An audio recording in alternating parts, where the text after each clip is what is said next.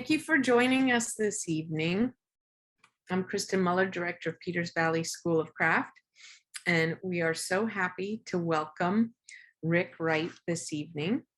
Rick, although he was trained as a fine art painter, is a fine art photographer, and he's located in Philadelphia, Pennsylvania. His photographic life is a blend of personal work, silver-based photography, commercial work, architecture, and dedicated instruction, visualization, and darkroom printing. Rick is collected in several permanent collections, locally and nationally. Wright has kept a studio in Philadelphia for the past 12 years and teaches photography at various venues, including the Halid Project, Fleischer Art Memorial, and Peters Valley School of Craft. He spends much of his time shooting landscape with a 4x5 film camera. Last fall, he stayed at Peters Valley as an artist in residence, where he focused on photographing the buildings and the forests on campus and the surrounding areas. He's here tonight to share some of his findings and his experience. I think Rick is very especially poetic and a light whisperer. So without further ado, let's welcome Rick. And then just for some housekeeping here, this is a webinar, so we have a chat where we'll post information about his website and how you can contact him and information about Peters Valley.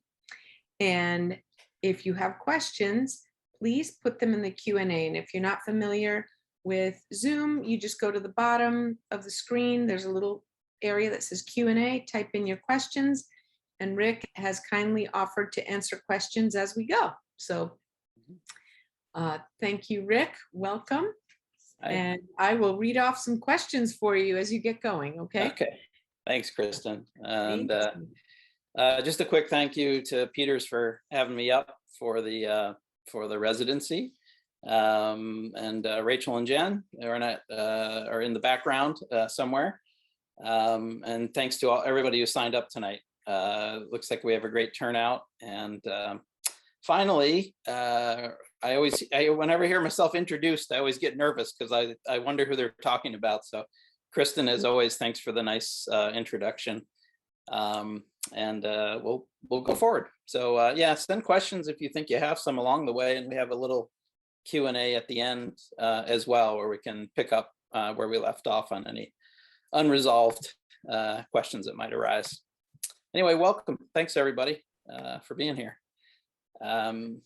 What I'm going to be tonight is bracingly honest with you. That is to say, you'll see in the title there, the forest for the architecture. It was my principal idea to kind of make some fusion between the forests that were there, that have been there forever, and the buildings that also seem to have been there forever. I think the forest is longer, but to find some synergy between the two, some equation, some conversation always between one and the other, the built and the natural. But you'll see in the subtitle, there's the good, the bad, and the ugly. I do not mind showing almost half of what I shot, which is about 85 negatives altogether. There's a picture of me on the left, shooting the said building when I was there. And I was there in the fall of 2021 for a lovely 2-week stay. So it was in principle, a real exploration and opportunity to advance my ideas and explore the use of this particular camera further and further. I've been using it for about 8 years now. And it's always a struggle. It's always full of surprises, full of accident and full of frustration, but also occasionally gives a nice gift. So this, if you know the area, this is one of the early images I made in Walpack. I thought it was a town hall. It's actually the school there in this small little, maybe 12 to 15 person town. There's still a couple residents still in it, mostly abandoned. And this is early on in the game, just getting reacquainted with the landscape. I've taught up there for now 6 years, I think, somewhere in there. So they're familiar to me, but I never had the opportunity to explore on my own. I'm always usually teaching and helping others. So this is an accumulation, I guess, of ideas that are finally getting expressed. So I'm going to break up my night into 4 quotes. They're kind of like little, they're like keynotes for me to kind of like frame some of my thinking as I went through the project. Here, one of my favorite photographers, Minor White, reaching a creative state of mind through positive action is considered preferable to waiting for inspiration. My main takeaway there is it's all around you all the time.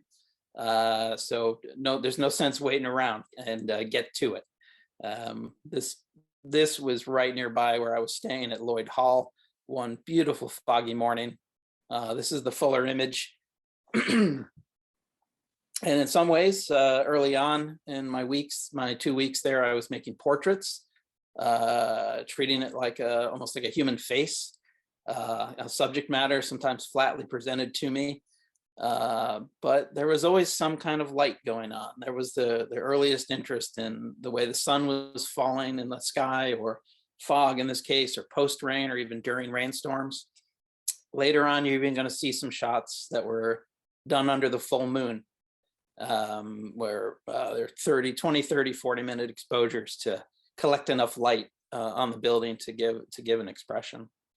Love how this is framed here. I'm going to sometimes, I guess I can annotate, right? So I'm going to try that. Try that here and there. I love little things like this, gestures. Seemingly the whole building held up by these 2 white tanks, which I think is a lovely statement, a lovely bit of humor there. Let's see, I can clear my drawings. I'm a little rusty on the Zoom, so bear with me. Early on, and please, again, questions help me, because it's like it eases the mind while I lecture. Early on, one of the first buildings I shot was this just about to fall over building, but I put it up. It's not the greatest photograph. I was colliding a lot with what am I doing up here? Who am I? What images I'm trying to make. But the point is, you keep shooting and you keep looking. So I woke up every day. I made anywhere from 6 to 10 exposures. I was out probably not during the lunch hour, but pretty much in and around all the morning hours and all the late evening hours. And then if light was interesting at any point, I shot out there to go see what I could find. But one thing I like here, and then this is the power of using a zone system, which I'll talk about a little bit. For a further technical talk, we would need an 8-hour and probably an 8-hour lecture to go through everything you can go through there. But deep into this well here is a heavy shadow and stuff like that. I love, because you can't do it just with a straight exposure. You need to kind of expose longer on your film and then shorten your development, so you both hold highlight and shadow for the particularly photographically inclined. It's a real satisfaction when you get all those values in there. And I love the detail and interest in, and especially shadow spaces like that.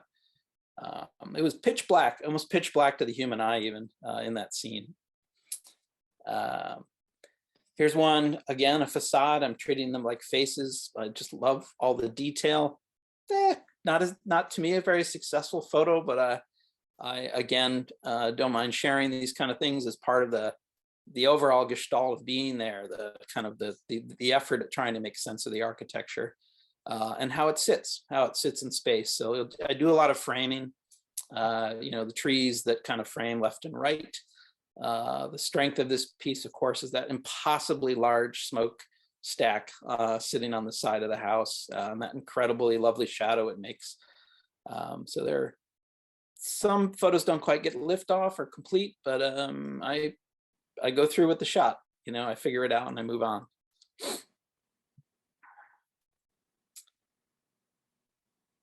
This one I'm really happy with.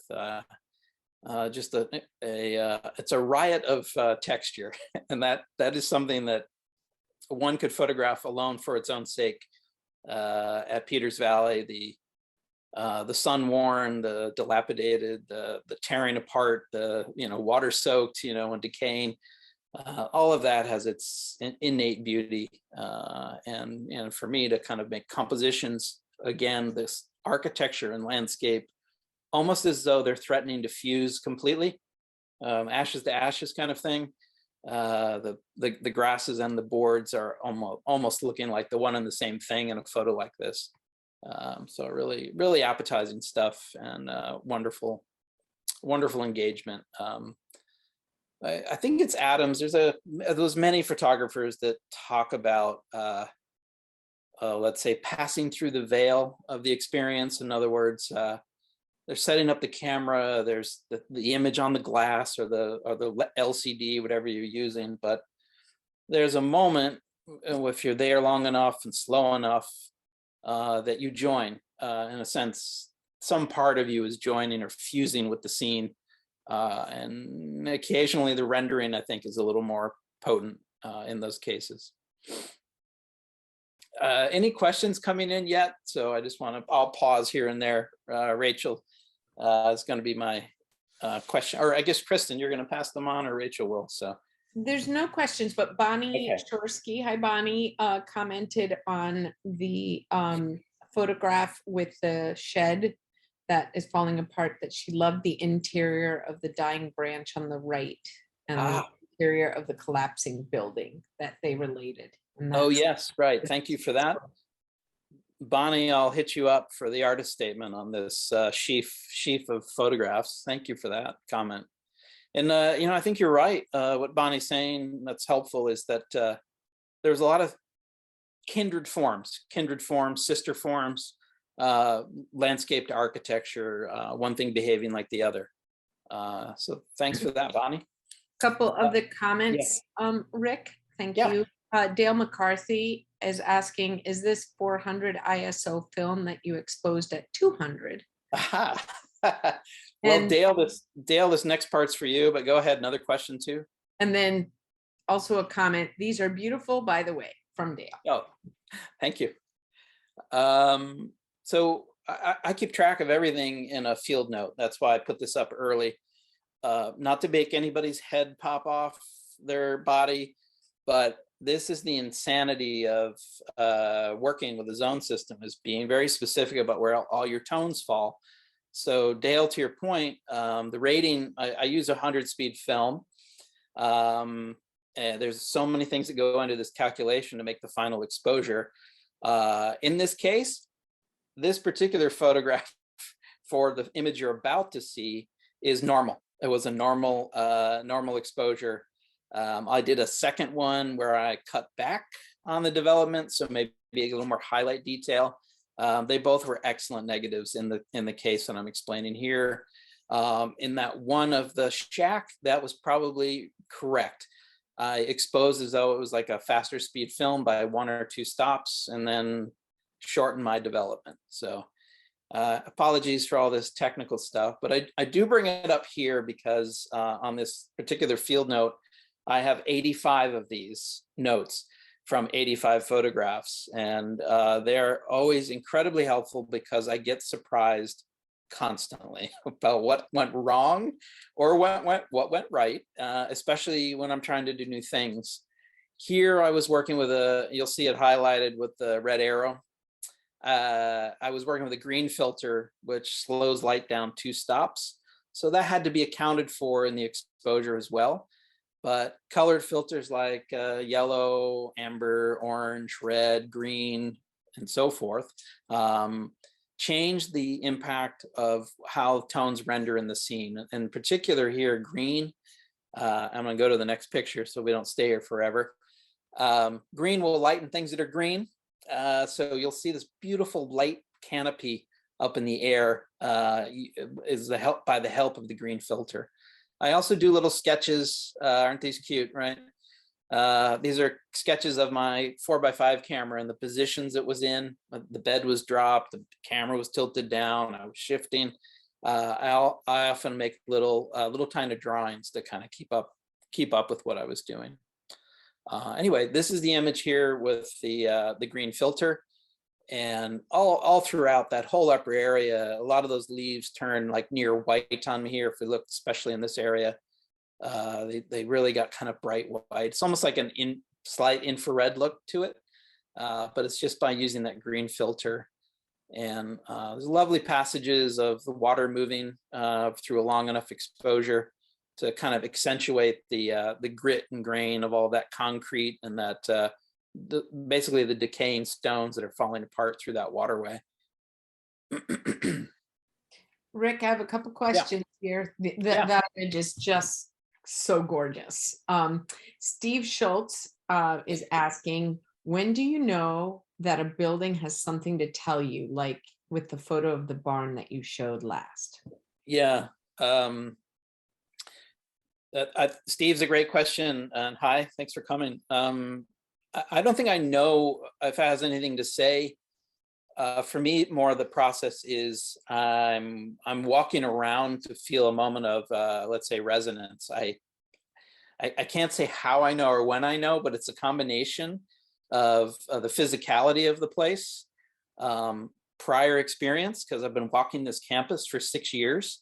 So I have a history myself now at Peters Valley, which is again accumulates in your bloodstream. So that's important, and that should render. That should also be a guide. And then it's just that light strike. What time of day, if anything's going on.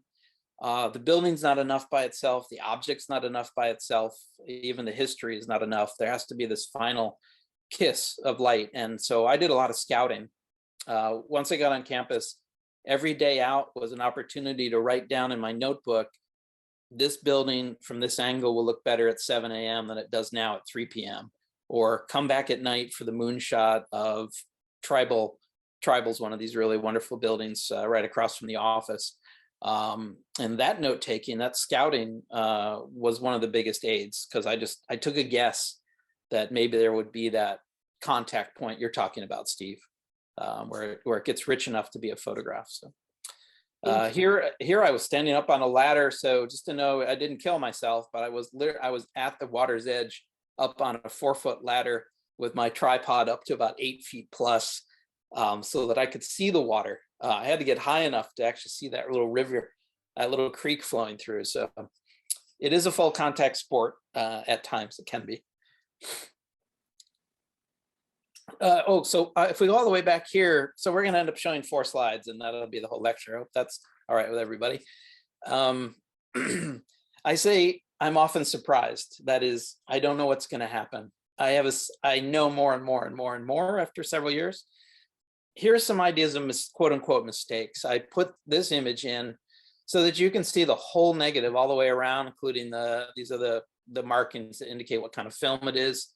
But I have a vignette here, if you'll notice, just a little drawing here. These little guys right here, right? It's a natural vignette that happens when the light has reached the end of its usefulness. It's where the circle basically of the lens has stopped, and it can't render any farther because I've moved the front of my camera so high up that I'm hitting the end of the racetrack for that particular lens's rendering or circle. But it's a valid negative, right? It's a wonderful, I love this photograph. And there's a guy named Bruno Rolls, a guy I like a lot, talks about the validity of all prints, all negatives.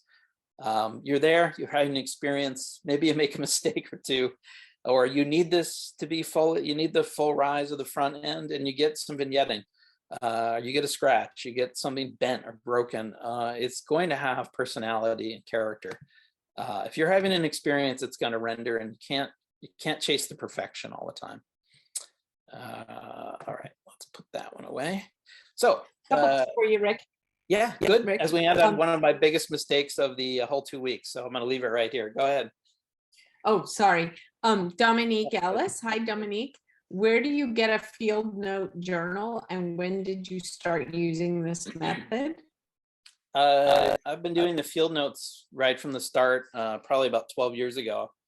I had a different field camera at the time, a Toyo, maybe 10, 11, 12 years ago. Yeah, that long ago. I just wrote it in a regular notebook initially. But the field notebooks, I think they're pretty easily got at Unique or B&H or Amazon, those kind of places.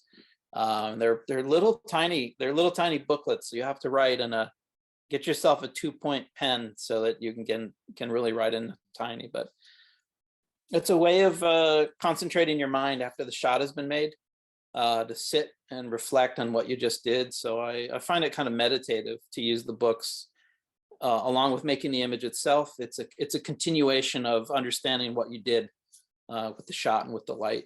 It's a great question. So this guy, that's my hand.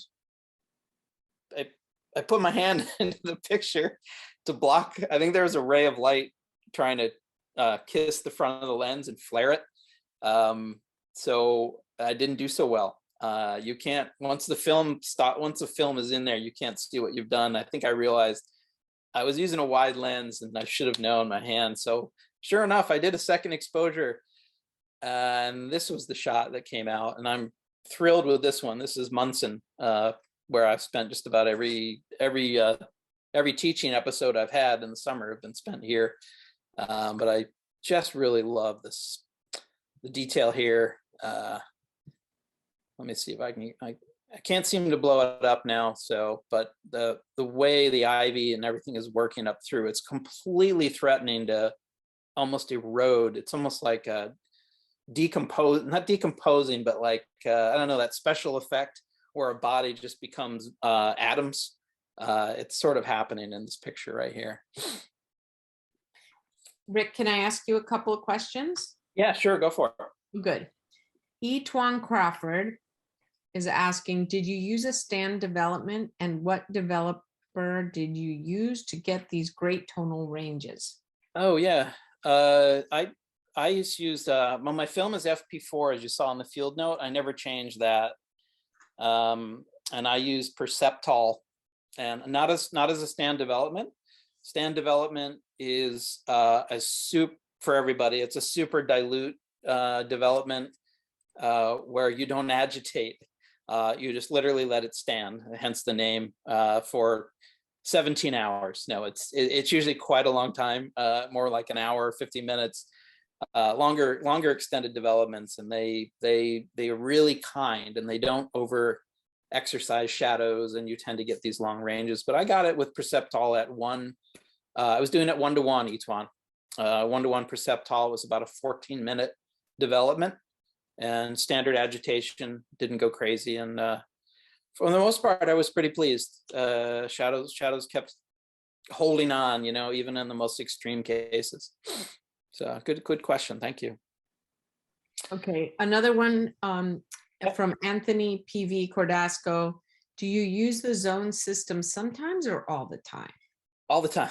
I measure, I have a spot meter, and I take all the critical readings every single photograph. Yeah. Okay, yeah, one more. I'm going to fire off a few more questions. Yeah. Dominique is sending a smile saying Munson. And then Sheila Bodine is asking, what lens are you using? That varies, Sheila. I have in the kit, I have everything from a 90 to a 210.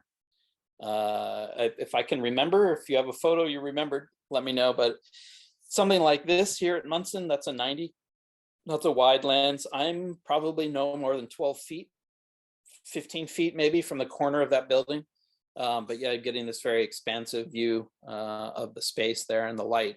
I remember this was that thing, back to Steve Schultz, your earlier question. It was the light and the shadow earlier in the day, another day, I forget what day it was. And I knew the sun would be at a certain position on the next day. So I came back an hour earlier, and that's where I was able to get this right on the flat of the building on that side. So we look for those things. But Sheila, the next one here, we'll go to that one. This is done with a 210 lens. So we go from extremes of 90 to 210. The 210 it works out roughly to a 70 millimeter lens, like kind of like portrait-like. It does compress space a little bit. But a delightful quote I love, anything more than 500 yards from the card just isn't photogenic. Edward Weston, it's very cheeky. You can interpret it however you wish, but it's like many other quotes, which is that everything is right in front of you. It's 6 feet outside your door. It's in your body, it's in your mind, it's in your interaction with the world that creates the photograph. It's not it doesn't have to be the 8th wonder of the world or the 15th wonder of the world to make a good subject or to make a great photograph. So this picture turned out just totally on a whim. There's a picture of me setting up for this picture. So literally and figuratively, right outside my door at Lloyd Hall, I'm getting my 4x5 camera ready, and it was pouring rain, but the light and the wetness and the drips on everything, and there was that one single light that lights up the office at night. That was the only light source. It was otherwise a very dead sky. It was so overcast. I'm attaching the cable release right there. Very exciting work here. It was late, so if I look exhausted, and I was, but I think it might have been at 1 or 2 in the morning. But the scene was quite beautiful, and this is the scene that I made. And so there's a lot of compression with a longer lens, so things look kind of like they got compacted. They all kind of like stacked up like an illustration. Apologies, there's so much dust in this image. I tried to spot out a lot of it, but that again, this negative held on to that highlight right there on the building. And that was the thing I measured for. That was the early question. If I do zone system all the time, especially critical here, I got a measurement off the highlight of the building. And so to make sure that didn't fry, I regulated my exposure and then also my development so that highlight would get rescued. But I wanted as much light as I could, and we got it here. Rick, yeah. May I ask you, that is an amazing image of the space that I work out of. Yeah, that's you. That's your place. Service people, that's beautiful. Eddie Einbender Lukes says, wonderful, Rick. Love the feeling in this night shot. Great. And then Ellie Seif is asking, what advice do you have for those of us who photograph with a digital camera? All the same, you know, it's the same to scout, walk about, find the light that you're responding to. It's not different. I mean, in digital, you might make 2 or 3 or 4 exposures. Night photography it's a slightly different thing. So multiple images can be your friend, and then you can composite them, build up the light, because digital files after, 2-3 minutes, the grain starts to get worse because of the heat on the sensor. But I've also seen hour-long digital photos that are terrific night photographs. So I wouldn't shy away from them. And film doesn't get more grainy. Film is as grainy as it is. So you just get more accumulation of light without getting noise, basically. So try it. I would try it. I would love to see. I had a student did a 2-hour exposure in the middle of a moonless night, and the image looked like daylight. The next day when they edited it, looked like it had been done during an open morning, because the light just kept accumulating on the sensor. Rick, also just want to say it's amazing what that lilac bush in front of the office looks like. Yeah. Incredible. Oh, right. Yes. Little bush. Anthony PV Cordasco is asking, should every print have the blackest black and whitest white of paper? No, that'd be a terrible way to run your life. You'd be a prisoner, I would think, of that. You would dismiss photographs that otherwise might be brilliant. Photograph like this, I'm missing all the middle tones are gone. All I have is, this negative looks almost clear. You can look straight through it. So yeah, maybe it could have been a better negative. I would learn and I could do better next time, but it still transmits. And so I wouldn't worry about any of that, having the perfect highlight and the perfect black. I teach at Fleischer in the darkroom, and that's the first thing we throw out right away. A lot of negatives aren't built for it, and it's not important. Really, the expression's the thing. If you don't have a bright white, it may not be part of the image or the expression or the feel or the quality or the mood. Namely, moving into this section, I'm starting to feel more mood and energy as I start to really understand the light better and better. It's my first time walking around the campus freely, with, under my own power, being able to use my eyes in a kind of daily way versus when I'm there teaching at Peters Valley. So I learned things as I went. I really started to see the world differently. This is that lovely greenhouse right across from the office, and shot two ways. So I like both of these images. They do different things. One's a little more graphic, and I love the relationships of I think those are insect nests up high in the trees. Kristen can help me out with that. Moth maybe, or caterpillar. I think that comes out every year. But I love the relationship of all of those dots up in the sky to like the broken windows down in the greenhouse. So kind of an equation of, again, synergy and conversation. Those things really do it for me. Rick, Yeah. E. Twan Crawford is asking, will you be printing these silver gelatin for final in silver gelatin for final display and presentation?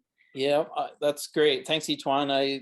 I've already started that process. So I've done some 16 by 20 work, some 11-14. That's just been going on for a couple months, so not deep into it. I also am fascinated by the idea of extracting every living piece of detail off these negatives and trying to do an ink print. So I've had great success in the past with like a really wonderful detailed full negative, and then going that route for full control. Although I'm having a fairly good time of it because these negatives have great range. They were with the zone system, it's helpful. We look down in an area like that. That's a beautiful open shadow, which I couldn't do it without the method and the techniques that I use. But I'd like actually to print 20 by 24 because, of course, the negatives could hold up to it. And I think this work could be really fascinating at that scale in the darkroom. So 2024 print, 24-inch prints in the darkroom. Wow. John Stritzinger, excuse me if I didn't say that right. Many of your building subjects have entanglements with the surrounding tree brethren. What are you looking for as you approach making these images? That's a great question. You can look at nature as threatening, right? Powerful and destructive. And if it's not controlled, it's going to eat all of these buildings. So I guess in some ways I could have gone that direction. In a lot of these photos, especially some coming up, including this one, I feel the relationship is one of like a guardianship. That the trees, the trunks, the way photographed the canopy of a tree, it feels like it's enfolding or protecting, or otherwise keeping out the bad spirits to leave these buildings alone. Now that's ridiculous because if they were really left alone, they'd probably have the better of these buildings within a year or two. So there's a lot of ground maintenance and all that other stuff. But as they sit, they're so situated so tightly into these spaces. I feel there's a paternal or maternal kind of protector kind of equation going. So that's something I seized on. And again, also the fact that there's synergy here.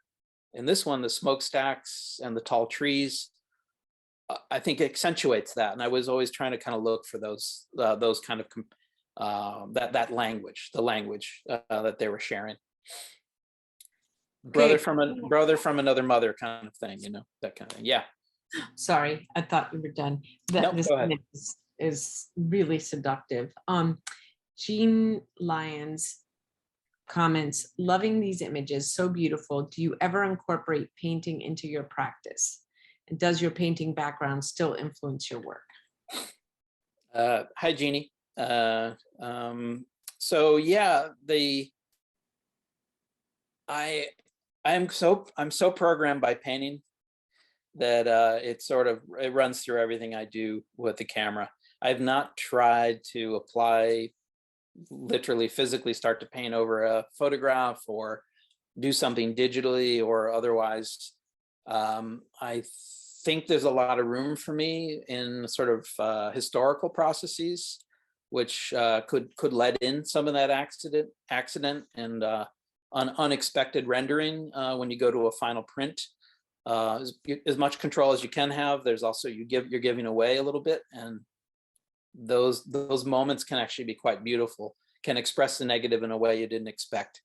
But in terms of the painterly side, composition, I studied so much fine art in undergrad. I thought I was going to be an art and archaeology historian or something along those lines, and then a painter eventually. But that all got switched up, but all the lessons came forward. So I will, for anybody here, and there are many that have been students of mine, as I see all the names and the great questions, I use painting and fine art paintings constantly as a teaching device for the photographic expression. They're the same spirit. They're exactly the same kind of thing. They're as malleable. One is as malleable as the other, 100%.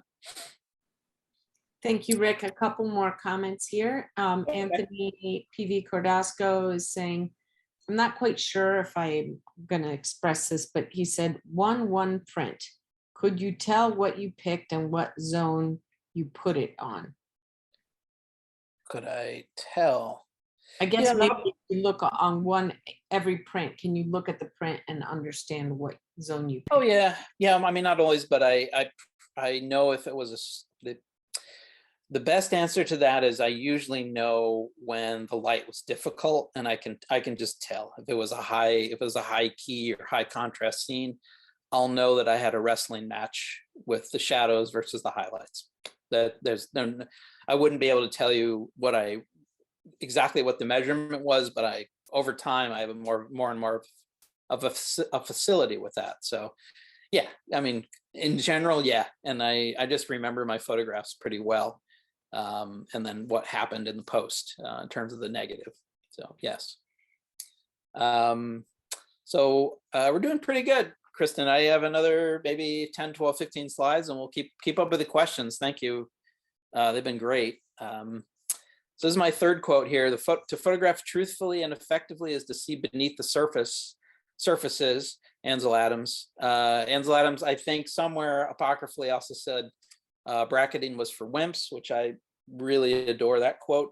One thing I did while on site during the residency is I just took one exposure for most every scene, with exception, like when I knew I put my hand in front of the lens, I took a second shot. Or if I was thinking maybe a slightly different zone reading, I might do a different exposure or development.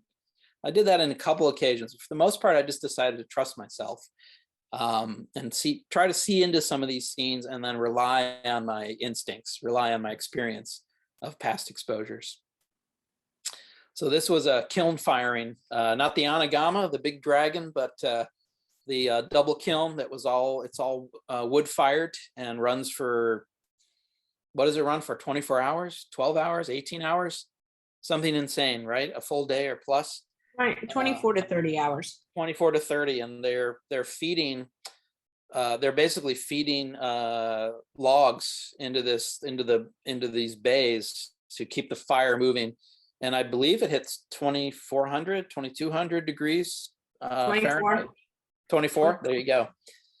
So this was a spectacle. What you're seeing here is someone putting a paddle deep into the kind of the well where all the pottery is, and then they put a pile of coarse salt on a huge wood paddle, and they knock it inside. They sort of lay it in there, and then they knock it hard, and all the salt goes up into the chamber, creating this accidents in the porcelain. I mean, in the rendering of the bowls and all of the ceramic that's in there. Is there a name for that process, Kristen, where they smack the rock salt through the hole? Yes, so this type of kiln has two chambers, and it's very efficient. It takes the heat from one chamber to the other, and the salt, you introduce the salt, and that acts as a melting agent. So it goes into the atmosphere and it bonds to the clay surface, creating a glaze. It's great. And the work that came out of there was incredible. I had the privilege of photographing this, and then a week later they opened it up. It takes that long for this thing to cool down to where you can get back into it. That was another eye opener for me anyway.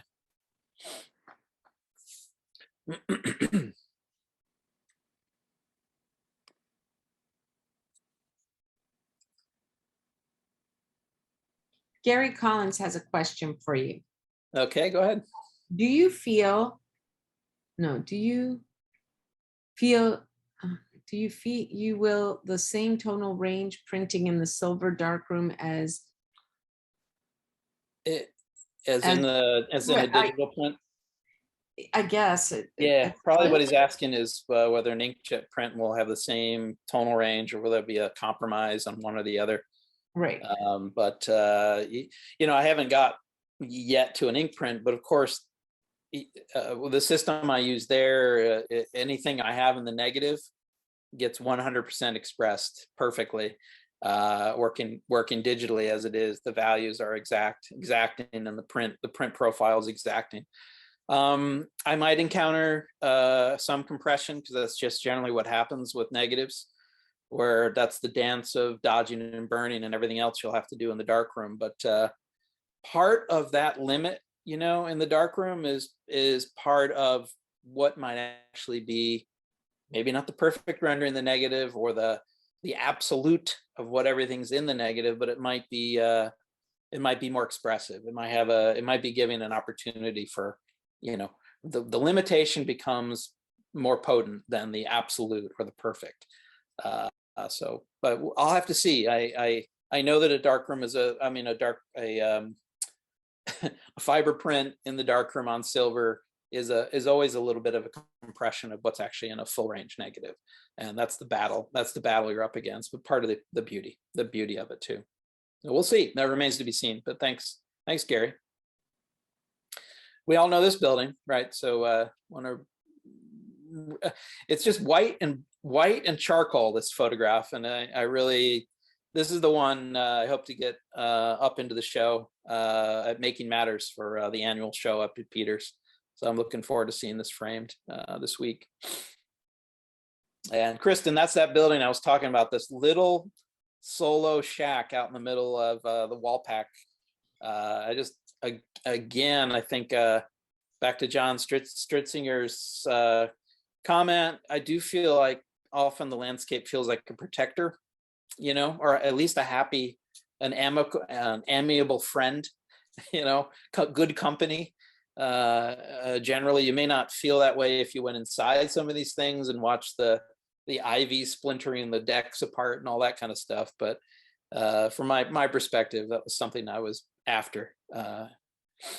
I will find out what that building is, because the people from the Wallpack Historical Society are our friends and neighbors, and they do so much work up there. So I will get you that answer. Great. This is a place where we all gather to eat while we're on campus. But just another foggy morning. I think I got 2 of them while I was there, and man, just there was just some kind of spirit inhabiting the land when you wake up and everything's just pure white, glowing for hours. So I was able to get out and early on those days.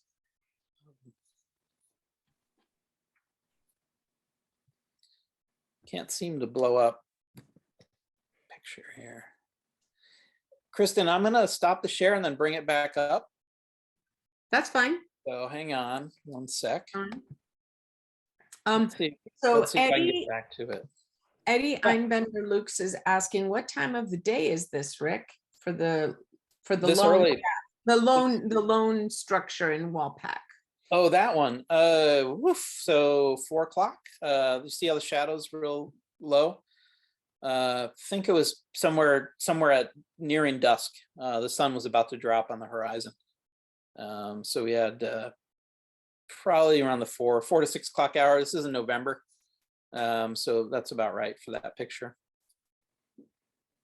Let's see here. So I'd be remiss if I didn't do a little zooming in on some of these photographs, because that's also part of the joy for me, is working with 4x5 digitally. Does it too, there's no, nobody has dominion over sharpness and accuracy and detail, but it is one of the pleasures of composing on ground glass, putting in this very large piece of film with 100 speed fine grain, structure, and then kind of like living inside that world, that terrain of fine detailed texture when you get the negative developed. We'll dig into a couple. Here I am. What this is a photograph of me. If I'm already set up or about to, I want to know that the sun is going to stay there. So I constantly go out through my scenes to look up and see if the clouds are about to move in and that's going to be it, or how much time I have. Do I have 5 minutes? Do I have 10 minutes? Or is it like 1 minute and I'm not even going to get a setup? So this part of the scouting process, a shot like that. And then this is one of those images I made. It's not the identical building, but I did a lot of these inside these deep shadowy spaces, looking out to like brightly sunlit 12, 1, 2 o'clock kind of part of day, where it's almost like two worlds are colliding here.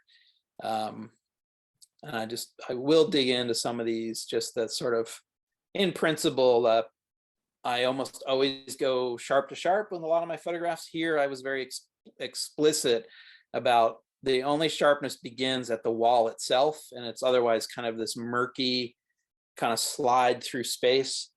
It's kind of a little bit like how the human eye works. One of my favorite photographers, Emerson, who I use an example of a lot in the late 1800s, he photographed a lot in this way to kind of mirror, sort of simulate the way that human eye sees. So I did a few of these kinds of ideas where it's kind of blurry, and then there's suddenly the impact of the sharp scene in the background, and vice versa. Near ground, and then the background falls off. But this one worked out really nice. I really love the values here. If you're in this space, it is literally pitch black. There was almost no light. I had to use a flashlight to just get around to even figure out what was going on inside here.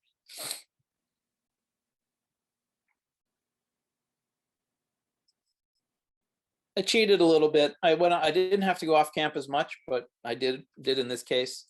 So this is a nearby sort of preserved village, working like smithy and things like that.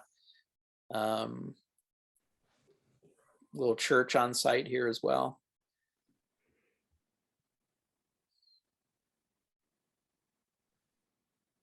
Diane Myers says fabulous. All right, thank you. And Kate Burns had asked if or wanted to let you know that we can stretch and enlarge the photos, Rick, and I guess you were blowing them up. Okay, good. All right, good. You're doing the work for me. I appreciate that. I hope everyone will forgive me, but I very rarely do I do setups. But I put that little white chair out there. It was falling down and in the shadow, so I grabbed it and popped it up. But I actually like that little white, that little accent of white and the sort of shadowy feel to the facade there. And again, here we are with these trees as protectors. John, again, I wouldn't think I was thinking about that too much, and then by the 6th, 8th, 10th day, I think it was more an anchoring thought for the project, or for a lot of the architecture, that I ended up shooting in this way, finding that spot where it felt, well, there was a relationship for sure. So we got 10 minutes or more. I'll take some more questions. I want to end with this lovely quote from Imogen Cunningham, and then a few more photographs. There are certain things you don't discuss with Ansel, she means Adams, especially if you don't agree. Highly recommend you check out Imogen, one of my favorite photographers, and also some of the greatest quotes of all time. They're very pithy and irreverent. Take this one also how you wish. I kind of think she's saying Ansel doesn't know everything. Perfection's not everything. The zone system's not everything. Accuracy and focus, these should not be worshipped. They should not put you in a prison and prevent you from making a great photograph. So by the end of my residency, I was loosening up even more. You don't think of a 4x5 as a agile, like kind of swinging around kind of camera. And it's not, but it's prone to incredible abstraction if you see it and use it in certain ways. This was I think 10-second exposure using an ND filter, which slows light down so much that you can get these longer times during the day. It was an extreme tilt.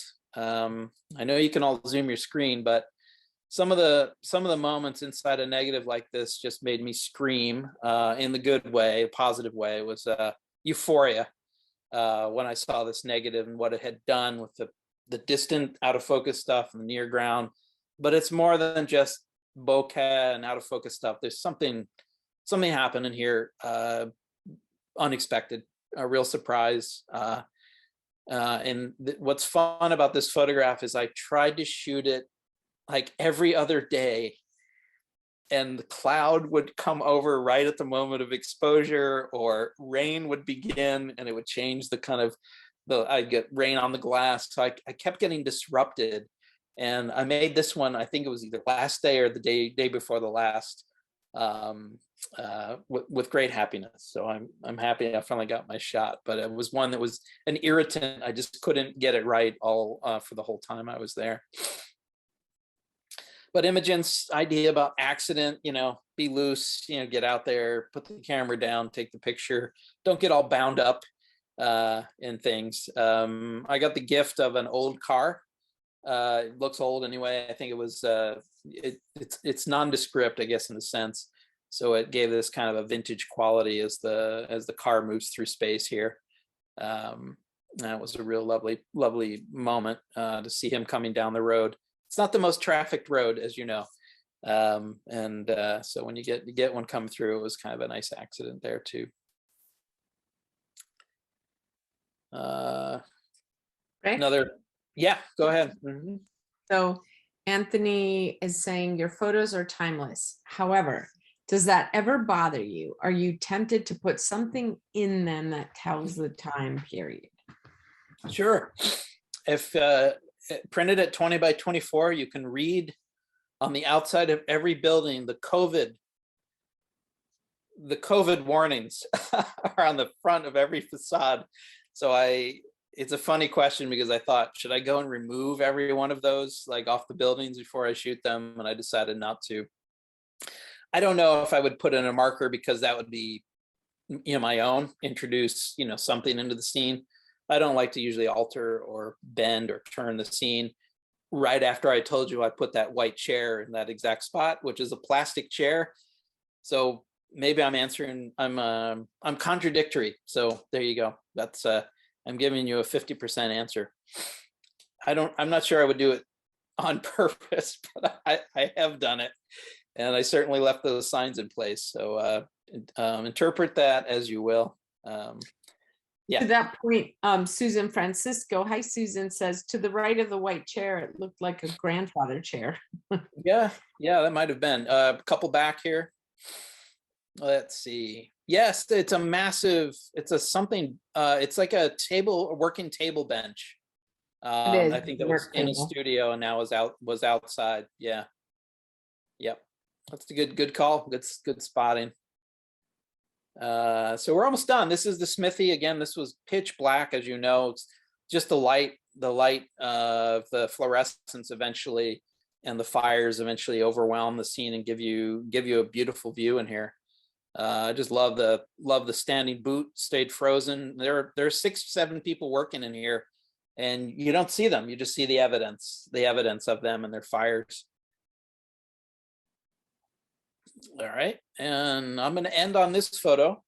We'll take a few questions after. This was a night, obviously a night photo. You can see the stars. These are star trails in the background. I think this is about 30 minutes. If I could have done it again, I probably would have done an hour exposure for even more, a better rendering in the negative, but it was my first time using film for the moon, for a moonlit building. So this was Imogen Cunningham. Let's just go for it. I'll take a guess. And I just set it up and I did an exposure. A couple of them didn't turn out as well. They didn't have enough light on them. But I really love the sort of mood and nature of this particular photo. This is tribal, one of the lodges or cottages on campus right across from the office. And again, a protector, the forest is protector. I guess that nature is still coming through here. And what do you do during a half hour? You're having your own meditation while the camera's working. You're sort of breathing in the light yourself. So I really enjoyed this. And the good, the bad, and the ugly I talked about earlier. There are my fingerprints on the bottom corner, and I don't know how or why they're in there and so well embedded. And again, it doesn't matter whatsoever. The photograph still works. I look forward to printing it almost just as is, with all the warts and all. I'm not gonna, excise and correct and rubber stamp and heal and do all that stuff digitally. That stuff's gonna stay right in place for the final print. That's it. We had a lot of good questions. There are more. I think we can do a few more. And thank you, everybody. Thank you, everybody, for the support and coming out for this. Well, Rick, just spectacular. And, it's so incredible to see your perspective and view on the different beautiful spots on the campus that really capture time, really, and nature at work. Gary Collins said, beautiful as always, and thank you. And Dominique Ellis is asking if you had any close encounters with deer, bears, etc. during your residency. No, having been on campus when bears did come through during classes, because I often teach night classes up there, and bears have gone two separate times. There was a bear going through, so I didn't worry about it then because we were in a huge group. I was alone on these moonshots, right? I'm out there at 11, 12, 1 in the morning, and it was terrifying, but no encounters, thank God. But it was on my mind for sure, waiting for something to come through. Scary person for them. Carol Pastor says, thanks so much for this visual love story. And Yuko Kikuchi says, it was great to see your work and listen to your talk. Thank you, Rick. Thanks. Peggy Pugh says, thank you. And Barbara Crocker says, this was fabulous. You're such an artist of the moment. Kate Burns says, thank you for sharing your beautiful work. Jean Renzi says, excellent presentation. And if you want to know more about Rick's work, go to rickwrightstudio.com. Oh, more comments. Joan Vindici says, thank you, Rick. I like all the details you shared. Sally Francisco says, first time in 50 years, I've heard Peters instead of Peters Valley. Liana Peeler says, gorgeous work. He speaks so eloquently to the images. And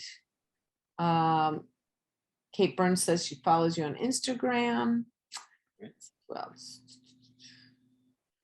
anyway, the other thing to let you know is that you can, if you love tonight's lecture or you want to revisit it, in the next couple days, Rachel, our amazing registrar and virtual programming person, right? Rachel will be posting this lecture on YouTube on the Peters Valley channel. So you'll be able to see this lecture and other lectures that Rick has done and other artists. Oh, Tom and Judy Neugebauer, this is so great. Having lived at PV for 7 years, it was a joy to see such amazing photographs of buildings like I never saw them. Tom and Judy Neugebauer. Thank you. Thank you. Yeah, just wonderful. Thank you all for joining us this evening. And thank you. And thank Kristen, you. I wanted to add one more thing. Thank you so much for that new virtual programming title. I love that. You are. Yeah, Rick, this was amazing. Yeah, thank you so much, Rick. This was absolutely amazing. And I just wanted to also highlight, I added it in the chat that you are teaching this summer. You're teaching another nighttime photography workshop, July 8th and 12th. So if anyone's interested, I put the link in there for the workshop. Spread the word if if you think anyone may be interested, please share that with them. Full moon. We're going to be out there at full moon to do stuff just like this in this photograph. Yeah. Fantastic. And Patricia Meidel says, no questions, just grateful for the experience, almost haunting. And Dominique says, excellent presentation, beautiful images. And Maureen Constantino, thanks for tuning in. So nice to see you here tonight. So thank you all. This is just wonderful. Have a wonderful evening. And Rick, as always, you are amazing. Pleasure. Thank you guys. Thank you. Bye. Bye. Thank you. Bye. Bye.